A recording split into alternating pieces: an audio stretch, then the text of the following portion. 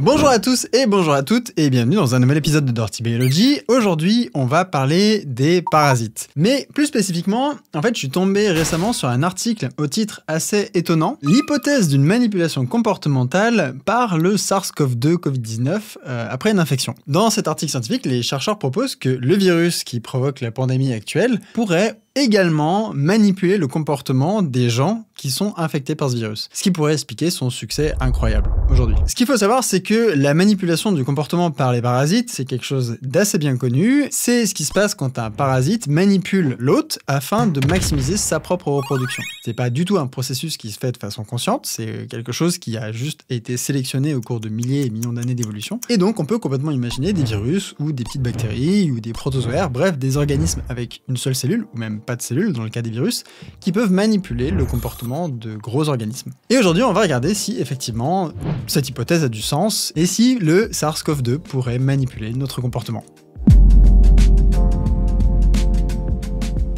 Avant toute chose, il faut parler des parasites. Ça va paraître bizarre, mais j'ai très peu parlé de parasites sur la chaîne depuis le début, alors que les parasites constituent jusqu'à 40% des espèces du monde. C'est ouf. En fait, c'est une énorme partie de la biosphère, et on retrouve des parasites dans tous les écosystèmes de la planète, et dans tous les groupes d'organismes. On a par exemple des méduses parasites, donc ça on appelle ça des myxozoaires, c'est des cnidaires, donc des méduses, qui se sont simplifiées et qui sont redevenues unicellulaires pour passer au stade parasitaire. Ce qui est incroyable. Mais on a aussi des plantes parasites, donc là c'est une plante qui ressemble à une lanterne de fée, comme ils disent. Et c'est une myco-hétérotrophe, donc en fait c'est une plante qui se nourrit de champignons, qui est un parasite de champignons. Elle est magnifique, d'ailleurs. Il y a aussi des poissons parasites, des mammifères parasites, et de façon moins surprenante, il y a aussi des vers parasites, des champignons parasites, des bactéries parasites et des virus parasites. Bref, je vais pas insister dessus parce qu'en fait, j'ai prévu de faire un épisode consacré aux parasites. Comme je l'ai dit, c'est 40% des organismes de la planète, donc on peut pas courir ça en quelques minutes. Mais ce qui est important à retenir, c'est que les parasites sont partout. Ce ne sont pas un cas particulier du monde vivant, mais c'est quasiment une norme. Et aussi que ça en dit très long sur mon professionnalisme parce que j'en ai jamais vraiment correctement parlé sur la chaîne depuis 6 ans que ça existe. Voilà, vous pouvez me faire confiance pour rater les sujets importants. Et donc les parasites ont donc une capacité incroyable qui est de parfois manipuler le comportement de leur hôte pour favoriser leur propre reproduction. Si vous avez passé plus d'1 semaine sur internet, vous êtes forcément tombé sur quelques exemples hyper connus, comme celui de Ophiocordyceps unilateralis, qui contamine des fourmis tropicales. Ce champignon, une fois installé à l'intérieur de la fourmi, va vraiment se multiplier à l'intérieur de l'organisme, et il va prendre le contrôle du déplacement de l'animal, faire en sorte que la fourmi aille s'installer la tête en bas sous une feuille, qu'elle attrape la feuille avec ses mandibules, elle va mourir, et là le champignon va développer son appareil reproducteur pour libérer des spores et contaminer les autres fourmis qui sont en bas. Bref, encore une fois, la manipulation du comportement, c'est pour favoriser sa propre reproduction. Il y a aussi cet exemple de Leucochloridium paradoxum qui utilise des gastéropodes, donc tout ce qui est escargot, et ce ver va donc rentrer à l'intérieur des yeux du gastéropode, les faire gonfler et faire en sorte que ses yeux ressemblent à une chenille. Et en plus une chenille qui palpite, bref, c'est tout ce qu'il faut pour attirer un prédateur, type un oiseau, qui va venir et becqueter l'œil du gastéropode, ce qui facilite donc la transmission du ver, et c'est l'oiseau qui est l'hôte définitif, là où il peut se reproduire et vraiment compléter son cycle de vie. Avec de la crème. Vous avez aussi sans doute déjà vu passer ce ver qui manipule le comportement de nombreux insectes pour leur donner tellement soif qu'ils vont se jeter à l'eau, là où lui il pourra sortir d'eux, et c'est dégueulasse d'ailleurs, c'est vraiment monstrueux. Il y a clairement beaucoup de place à l'intérieur d'un insecte parce que putain c'est grand, et une fois qu'il est dans l'eau il peut continuer son cycle de vie et aller se reproduire quoi. Oh, le pauvre. Mais bon, là, je crois que je vous apprends pas grand-chose parce que ce sont des exemples qui sont déjà connus, qui ont beaucoup fait le tour sur Internet. Alors, je vais essayer de vous trouver 2-3 exemples qui sont un peu plus cool. Le premier exemple que je trouve assez chouette, c'est celui du Massospora cicadina. Donc, c'est un pathogène, donc c'est un parasite champignon qui n'infecte que des genres de cigales qui sont périodiques dans le sens où elles vivent sous terre pendant 13 jusqu'à 17 ans. Et puis, tous les 13 ou 17 ans, elles sortent à l'air libre pour se reproduire. Et à ce moment-là, le champignon réussit à en infecter quelques-unes quelques-unes. Et là, ce qui se passe, c'est assez impressionnant. En fait, le champignon va faire tomber tout le tiers inférieur du corps de la cicada et va être remplacé par une espèce de grosse boule de spore qui est constituée du champignon lui-même et qui va prendre toute la place de cet abdomen-là. Non seulement il va faire ça, donc faire une sorte de prothèse champignonesque sur le pauvre insecte, mais en plus le champignon va injecter des produits, des molécules à l'intérieur de la cigale, notamment la molécule de la psilocybine. Et on sait que chez l'humain, c'est une drogue, c'est un psychotrope très puissant. Donc là, on a des cigales qui sont complètement shootées et qui se mettent à devenir extrêmement actives et extrêmement sexuelles. Les mâles se retrouvent à aller même essayer de s'accoupler avec d'autres mâles. Plaisante jamais avec ces choses-là. Donc cette manipulation du comportement va vraiment favoriser la transmission et la reproduction du champignon parce que, évidemment, les individus infectés vont se balader de partout et mettre des spores de partout. Un autre exemple qui est assez rigolo et dont on parle trop peu, je trouve, c'est des infections sexuellement transmissibles que l'on retrouve chez des criquets, chez des grillons, qui vont en fait augmenter l'activité sexuelle de ces grillons et donc les individus infectés vont beaucoup plus s'accoupler que les individus non infectés, ce qui va évidemment favoriser la transmission des infections sexuellement transmissibles. Bref, le monde vivant est un monde, encore une fois, très riche en anecdotes de ce genre. Là, ce qui nous intéresse, c'est est-ce que ce genre de choses existe chez les humains. Donc, retournons dans notre publication d'origine, celle qui a été le départ de toute cette réflexion. Cette publication scientifique n'est pas vraiment une publication qui permet d'affirmer quoi que ce soit, d'ailleurs ils le disent, c'est juste une hypothèse qui est écrite sous la forme d'un article scientifique, donc ils se posent la question. Après, bien sûr, comme c'est un article scientifique, l'idée c'est d'étayer un peu cette question et de montrer qu'elle n'est pas complètement débile. Pour bétonner leur argumentation, ils essayent de montrer qu'il y a d'autres cas d'infection qui peuvent manipuler le comportement des humains. Comme ils le disent ici, la manipulation de l'hôte a été reconnue chez un certain nombre de pathogènes, comme la toxoplasmose, la rage et le virus influenza, chez l'homme. On va vérifier ensemble, on va regarder ce que disent les papiers qu'ils citent, et on va voir si ça permet effectivement de dire qu'il y a de la manipulation comportementale ou non. Parce que, quelque part, c'est un peu le point de départ des auteurs pour essayer de se poser la question de savoir si le SARS-CoV-2 manipule les humains aussi ou pas. On va s'intéresser au virus influenza, donc le virus de la grippe, et on va s'intéresser à la toxoplasmose, et on va laisser la rage de côté, parce qu'on n'a pas le temps, mais ça, on pourrait s'en occuper aussi, c'est juste que, voilà, et on a d'autres trucs à foutre. Le virus de l'influenza, en fait, il cite un papier qui s'appelle « Un changement dans le comportement social des humains en réponse à un vaccin commun ». Un article qui date de 2010, on va le retrouver. Dans cet article, les auteurs ont été confrontés à un problème méthodologique, c'est qu'ils ne pouvaient pas inoculer les gens avec le virus de la grippe. Ça se fait pas, c'est pas cool, c'est pas éthique, donc ils ont eu besoin de trouver une autre méthode pour étudier les conséquences du virus de la grippe sur le comportement humain. Et ils ont eu une idée, ils ont utilisé le vaccin de l'influenza comme substitut du véritable virus de l'influenza. Parce que selon eux, ça permet d'avoir un point dans le temps où le système immunitaire est en contact avec une version modifiée et éteinte du pathogène, et que ça crée une réaction immunitaire qui est similaire à celle qui serait rencontrée dans le cas d'une infection normale. Ça, c'est leur point de départ, et à 3 étapes dans le temps, ils ont demandé aux gens combien de personnes est-ce que vous avez vu aujourd'hui et à combien d'événements sociaux est-ce que vous êtes allé. Et leur gros résultat, le nombre total d'individus avec qui les participants de l'étude ont interagi a augmenté de façon très significative de 54 à 99 personnes en moyenne, donc c'est-à-dire le double. Pour le dire autrement, après avoir reçu un vaccin contre le virus de la grippe, 2 jours après, les gens voyaient en moyenne 2 fois plus de personnes qu'avant.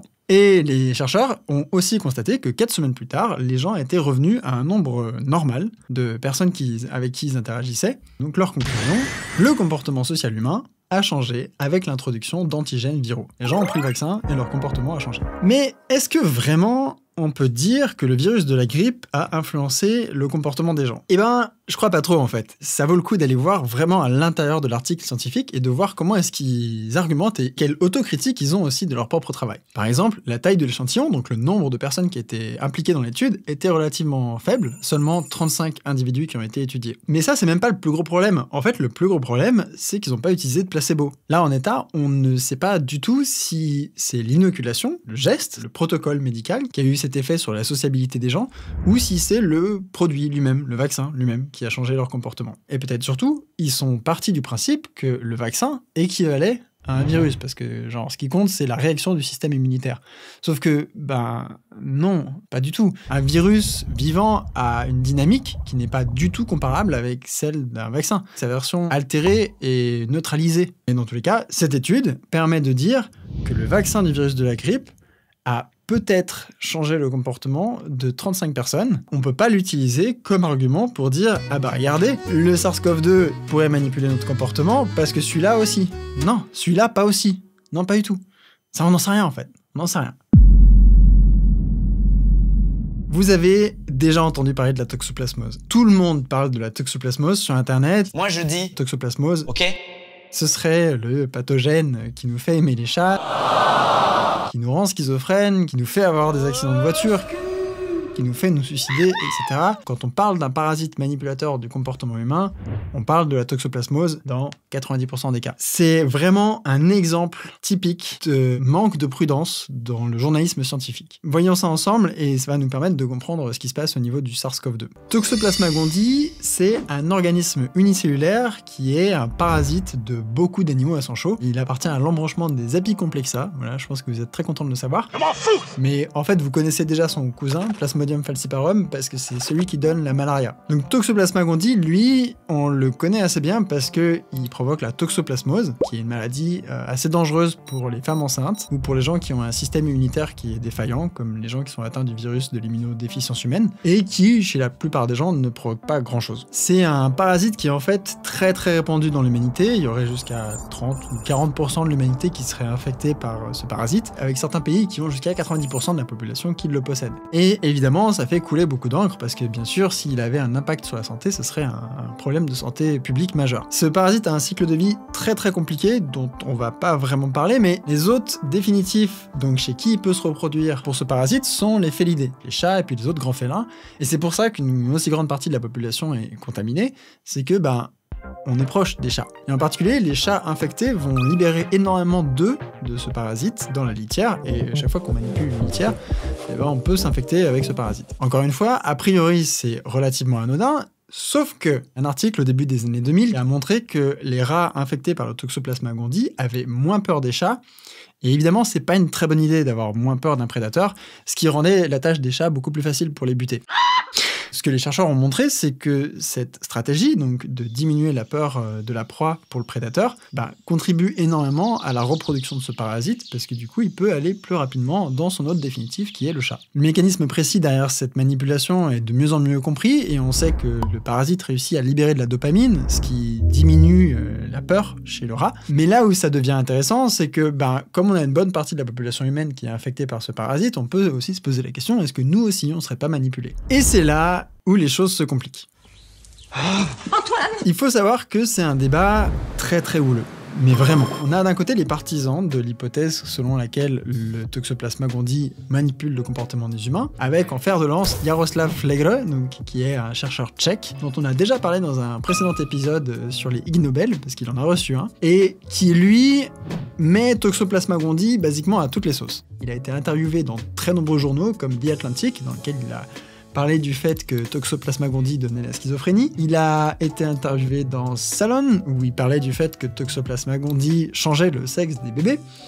Il a été interviewé dans The Guardian, dans lequel il parlait du fait que le Toxoplasma gondii changeait la personnalité. Et en fait, selon lui, Toxoplasma gondii a une influence sur énormément d'aspects de notre vie, des suicides aux accidents de voiture, jusqu'à des maladies mentales comme la schizophrénie. Et de l'autre côté, il y a des chercheurs qui sont un peu plus sceptiques. Prenons les choses dans l'ordre.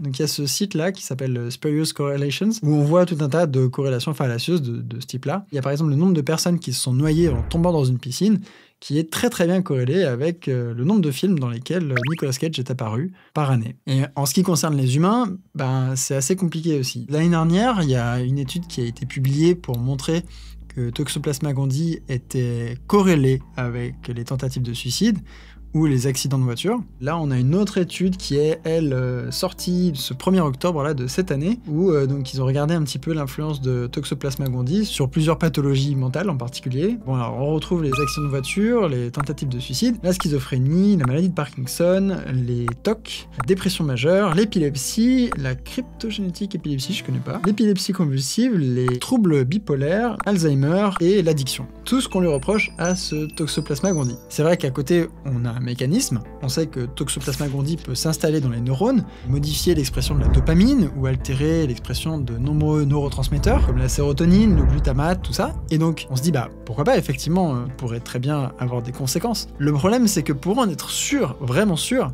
c'est vraiment compliqué. Pour le cas de la schizophrénie, par exemple, qui est sans doute le truc qui cristallise le plus les débats, c'est hyper dur de savoir parce que la schizophrénie est une maladie rare. 0,5% de la population est affectée. Dans une étude danoise, où ils ont étudié plus de 80 000 personnes, il y avait seulement 151 personnes qui avaient de la schizophrénie. Et ce qu'ils ont montré, c'est que les personnes infectées ont 2,5 fois plus de chances de développer la schizophrénie. C'est pas beaucoup qui est multiplié par pas beaucoup, ce qui fait pas beaucoup à la fin. Alors ça reste un vrai problème, hein, bien sûr, c'est pas ce que je dis, mais... Bah un peu quand même. Non. Ça rend la tâche de savoir si ce parasite-là est responsable ou pas assez compliquée. Et en fait, beaucoup de chercheurs suspectent que le Toxoplasma gondii va peut-être plus faire partie d'une liste de facteurs environnementaux qui vont faciliter l'apparence de ces maladies, relativement légèrement, mais sans que ce soit vraiment de la manipulation parasitaire, juste que son activité va contribuer au développement de la maladie, au même titre qu'un certain type d'alimentation, de fumer ou de boire de l'alcool. Et là, je pense qu'on tient à quelque chose de vraiment très très important dans cette crise actuelle. Si on revient au tout premier papier, qui est un papier d'hypothèse, qui suspecte une activité de manipulation du parasite sur notre comportement, ce qui aurait pu faciliter le virus à devenir cette pandémie actuelle, il se base quand même sur des articles qui sont un peu...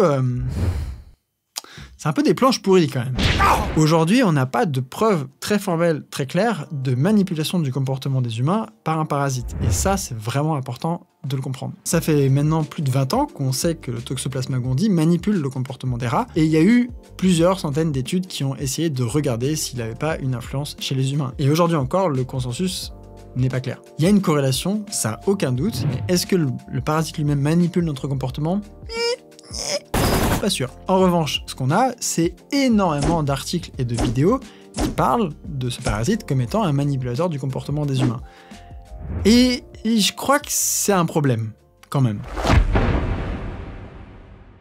Tout ce que vous avez vu précédemment, je l'ai tourné il y a quelques semaines. J'avais une fin, mais j'ai découvert de nouvelles choses et ça me plaisait plus trop, donc on l'a refait. Par exemple, j'ai trouvé plein d'autres travaux de recherche qui montrent des corrélations entre des parasites et des pathologies mentales. Il y a une étude qui reliait le fait d'être infecté par un cytomégalovirus à la probabilité de faire une tentative de suicide, une autre qui trouve un lien entre la présence du virus de l'herpès et le suicide, toujours, d'autres qui contrecarrent en disant que nope, certaines préfèrent discuter de l'influence des bactéries intestinales dans le comportement, ça se frite, ça se défend, ça discute, c'est de la science. Réussir à trouver un lien de cause à effet solide parmi ces nombreuses corrélations n'est de toute évidence pas une tâche facile. Et ce thème de recherche doit encore être creusé pour en avoir le cœur net. Concernant l'hypothèse que le Covid pourrait manipuler notre comportement, il n'y a pas de quoi s'affoler non plus. Les deux publications que j'ai trouvées au moment où je tourne cette vidéo sont juste des questions ouvertes. Et en soi, c'est pas très grave. Ils ne font que proposer des pistes de recherche, stimuler la réflexion, tout ça.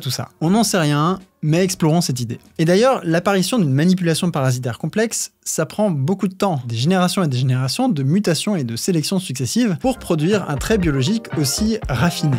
Autant dire que dans le cas du SARS-CoV-2, qui vient à peine de nous découvrir comme hôte, ça paraît franchement improbable. Maintenant, et là c'est juste mon avis, je pense qu'un article de presse généraliste sur ce sujet serait probablement...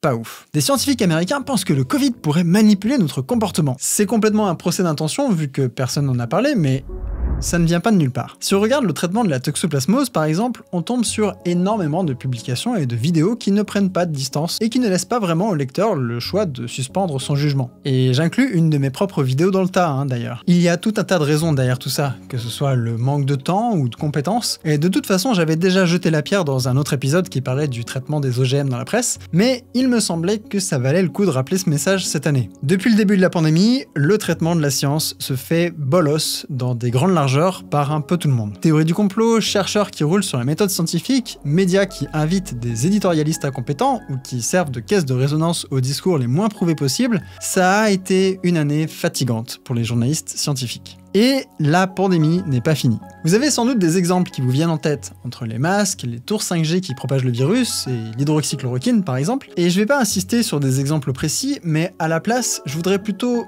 appuyer sur un point qui me paraît essentiel. Le petit exercice que l'on vient de faire, qui consiste à étudier des articles scientifiques, regarder leur démarche et avoir un regard critique, c'est quelque chose de fondamental en science. Ça se fait avant et après l'écriture d'un article scientifique, tout le temps en fait. Et c'est quelque chose de très sain. La science est un processus lent, collaboratif, qui ne fonctionne pas au rythme des plateaux télé ou des tweets. C'est pas que les chercheurs sont mauvais, c'est juste comme ça que ça fonctionne. Voilà, bref. Le message c'est: laissons du temps aux chercheurs pour faire leur taf, et en attendant, suspendons notre jugement comme on devrait le suspendre pour la toxoplasmose par exemple, et ne nous enflammons pas aux premières punchlines de chercheurs ou de médias.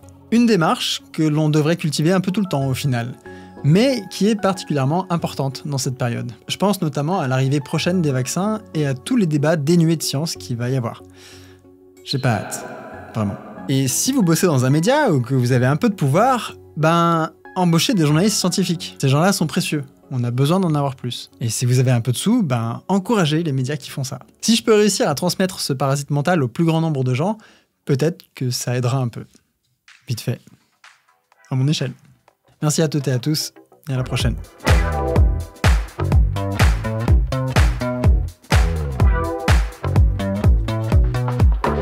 Merci d'être resté jusqu'au bout de cet épisode qui, c'était à moitié improvisé. Voilà. J'ai un message important à vous faire, il va y avoir des OPSP sur la chaîne, du sponsoring, des entreprises qui me donnent des sous en échange de la visibilité que leur offrent les épisodes. Vous avez pu remarquer que cette année, il y a eu beaucoup de gros projets.